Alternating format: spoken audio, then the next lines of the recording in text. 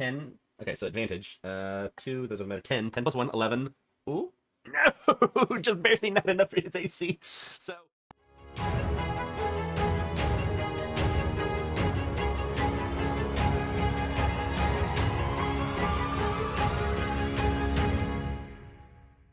Hello, welcome back to How I Roll, the game where I, Michael Howe, play solo RPGs and roll dice. So, last time in our story, the trio of ladies who were investigating the disappearance of a golem from the city guard of Gundumunz had made their way to the sweet street of the town, and a fight ensued between the cultists that had commandeered said golem and our heroines. Brida, the town guard wizardess, was slain by the cultists. Actually, the singular one that we had met a few sessions ago and had surprised Silence early off. Silence is now in a face-off with that killer. And Induriel, the sorceress, is not doing well because she's out of magic, and she is now facing a cultist with only a dagger. The iron golem is now still pounding away at the bakery behind them as we return to our scene. Oh, I'm pretty sure I got it to the end of initiative last time. That it was normally how I do things before I end fights and sessions, because otherwise I'd have what I had a second ago, which is confusion as to whose turn it is. So then I just roll, and I believe it is a 1 to 3 is our heroes. No, 1 to 3 is enemies. 4 through 6 is the heroes. So let's switch over. Yep, that is cocked. Kind of rolling a d20. That's not what I'm supposed to do. 6. Okay, so the heroes will attack. The heroes will do whatever they're gonna do first. Induriel's facing a cultist. They both have daggers. Induriel has a caltrop behind her that the roguish type cultist had planted behind her, and the roguish type cultist is now facing Silence. Silence has a bow. She shot at him last time. Okay. What are we gonna do? Oh geez. All right. Well, I'm going to have. See, I'm like, I don't even know what's gonna happen. Silence is going to shoot at the cultist in front of Induriel. She's gonna try to help her compatriot with her enemy, and then they can both face the one together. She could do the same thing by shooting the guy in front of her, but, she's already missed him. So, rolling an attack. This is a d20. Double check what her bonus is. +4, because of her high wisdom. Nat 20. Oh my goodness. Okay, cool. I don't think... Whew. Okay, that's actually really good, because, Brida's character was not doing great facing off. No, Brida is dead. Induriel character she was facing off against wasn't going well. I actually don't remember what happens if you roll a nat 20 in Fate. If anything, give me a second to look at the rules. During an attack roll, if the attacker rolls a natural 20 or the defender loses a natural 1, the defender's armor loses 1 point of quality, and they take an additional die of damage of the weapon's type. Okay. The cultists don't really have armor, but Silence will get another attack, or a third d6 of damage. So, okay, 3d6 damage. Nice. I'm pretty sure that will finish off this female cultist. Yeah, definitely. That's 11 points of damage. And she is now dead. Hoorah. I was honestly really nervous for Induriel. So honestly, I'm going to say, even just for, for cool thing, the two ladies were facing off against each other with knives. It was very much a, like both being cautious and knives and stabbing out occasionally. So the cultist was actually like doing that and then about to stab at Induriel, and Induriel can tell that her timing is just barely off to dodge or block. So she's like panicking, and all of a sudden an arrow just coming strikes the cultist in like the neck, and must have hit her spine because she just drops instantly. And Induriel breathes out a sigh of relief and looks over. She's like, well, all right then. And Silence is actually going to move a little bit over so that she's next to Induriel, but a little bit further away from the cultist facing them. And Induriel, will also move to be with her.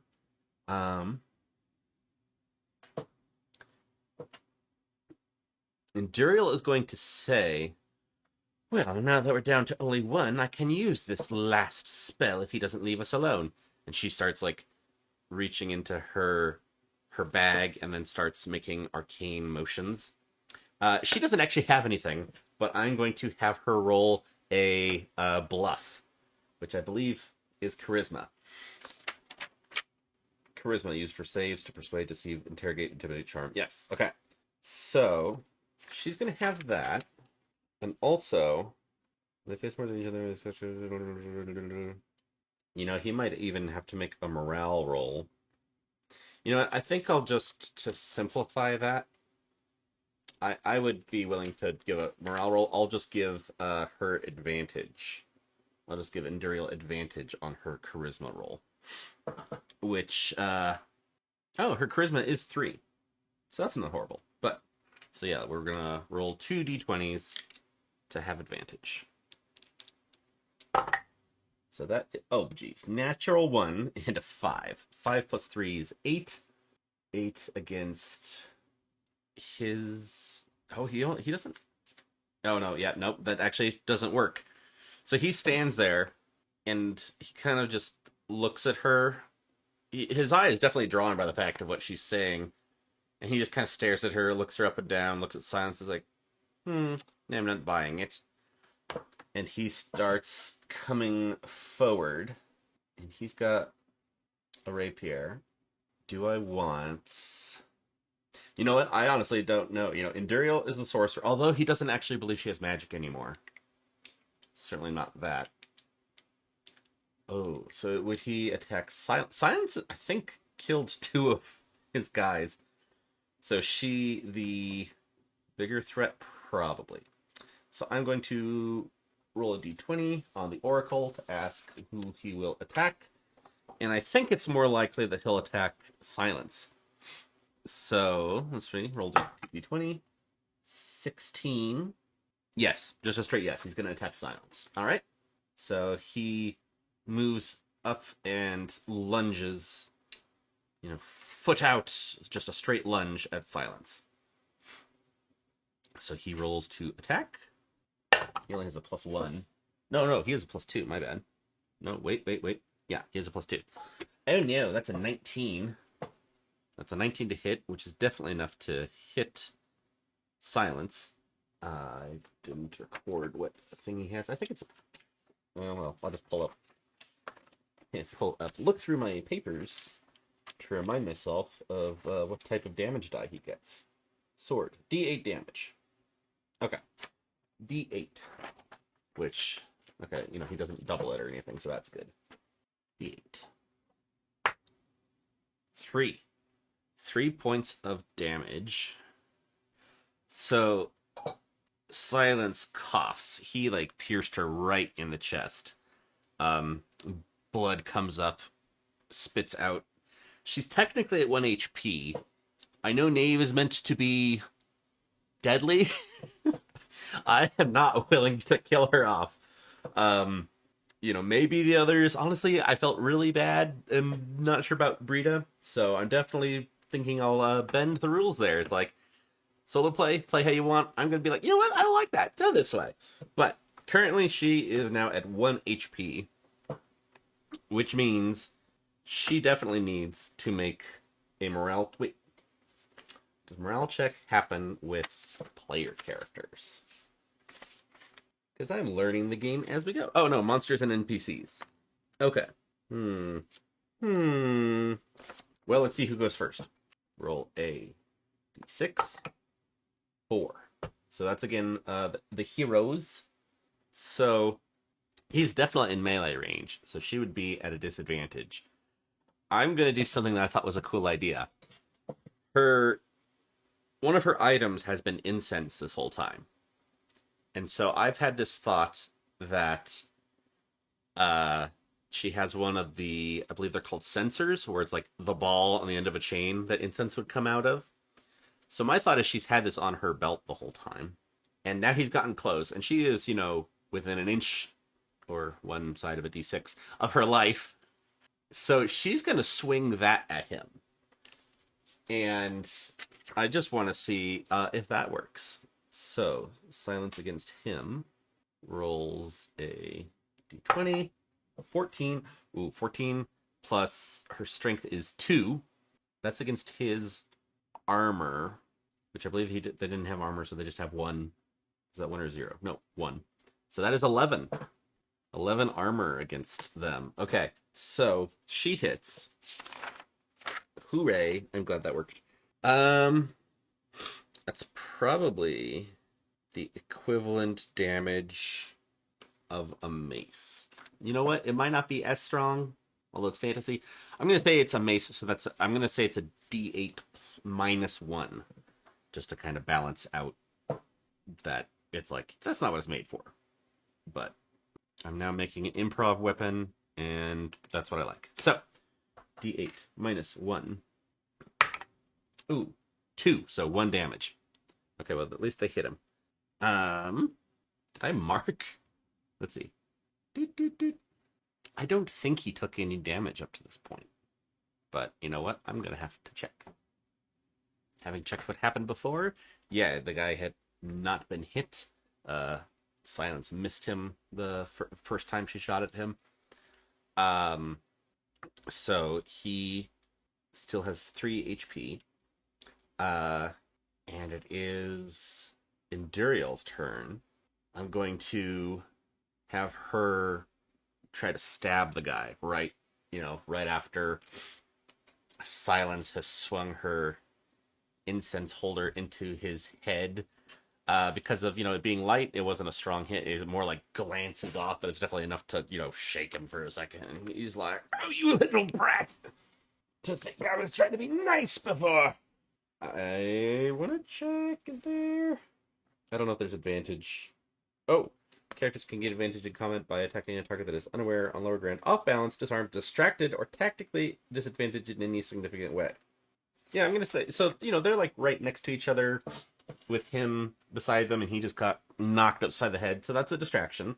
And honestly, the heroines need the help they can get, because they haven't been hitting well. So, Induriel, and Enduriel's a sorceress character, and she only has a strength of 1, or 11, or a bonus of 1. So they need the help they can get. Ooh, 10. Okay, so advantage. 2, that doesn't matter. 10 plus 1, 11. Ooh, no, just barely not enough for his AC. So, he got knocked upside the head. But he still has enough presence of mind, even though he's like on 1 foot, to see a dagger coming in at him, and like kind of twists and uses his cape to like knock her dagger aside. He has not lost all his roguish gracefulness, unfortunately. Okay, so it's his turn now. He's gonna be seeing these 2 women in front of him, one with a dagger, one twirling an incense censer. He's good. I mean, he beat Brida with his sword, so he might be confident enough to do this. I'm trying to decide if he would feel at all intimidated enough. He hasn't been before. Oh, so one quick thing. I do want to see, and I'll probably have this effect. Does the golem break through the... I mean, it's been, 3-4 rounds? So maybe 40 seconds. Has the golem, in punching this bakery, like gone through the bakery, or gotten to more where it was going for? Because I know what it's going for, or I think I do. So I want to see yes, no, if it does, and see if that affects his actions. So, has the golem made it through the bakery? The answer is 16. Yes. Okay. So as he's facing off against the two women, there's like a loud sound of wood and masonry falling and collapsing. He glances back and you see that the bakery has just kind of split in two and is like collapsing around. And the golem is now punching into, you can hear it and see it like sticking out of parts of where the building was. And it is hitting something that sounds like gravel. It's the sound of rock, but it doesn't sound as solid.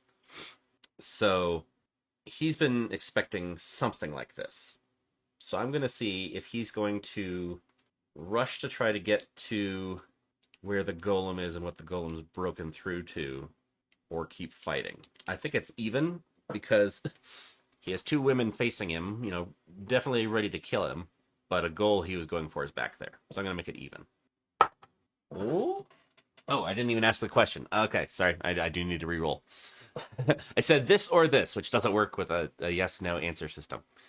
Does he leave the fight? Ah! It was a cocked out-of-the-box nat 20. Oh, that's a 14. 14. Yes, but... Oh, of course. Okay. So, he wants to leave. He thinks he's closer to his thing. But, what could the but be? So he starts turning away. I'm thinking like a town person interferes with him, like trips him. He's been facing off against all this. Oh, does the baker trip him? 13. Yes, but okay. So he starts turning around. The baker, whose home just got smashed, well, place of business just got smashed through. No one's seen him, but he happens to have come up like at the tail end of this fight, and this guy is turning around, and he just sticks out his foot, and this rogue starts tripping. But what? Let's see if he was going back that way. Oh, Brida had a mace. I don't think I ever described if it's spiked or not. Does he fall? Well, this would be yes and. Yes, but. So what would make it yes and would be, like the extreme where he trips and dies. But, so it's like, yes, he trips him, but, it's not as bad as it could be. The rogue trips, stumbles over him, but does a somersault and gets up and runs towards the shambles of the bakery. As he does so, there's a little ring of metal, and Induriel and Silence see that there is something shining on the cobblestones where he tripped, which is actually just a little bit, beside Brida's body. I also think that, honestly, it's like, combat-wise, they perhaps should chase him. But Silence is, like, bleeding from her gut. And Induriel got pretty wounded. She can tell that she's not doing too hot. And they kind of only just barely escaped this combat, saved by the bell. So they're actually going to more like just slump with, no energy. It's like, okay, cool. We're safe for a moment. Induriel like crawls to Silence and like puts her hand on her shoulder, and Silence is like curled up. And Induriel says, No, don't pull out the arrow. I know enough about that. And does... Wait, actually, let me check what they have. Okay, Silence has rations, arrows, sack, saw, and incense. She doesn't have any healing stuff. I knew Enduriel had a lot of healing spells and a dagger. I'm going to say, does she have any health potions? She could have pulled it out earlier, but it was the stress of battle. She's busy defending herself rather than being able to... in this instance, you don't want to try to drink... In this instance, you don't want to drink potion with someone with a dagger like right in front of you, is the excuse. If she has any, I don't know. Does she have any health potions? That's a 9. No, but she at least has some linens to be able to start like tightly tying Silence's wounds.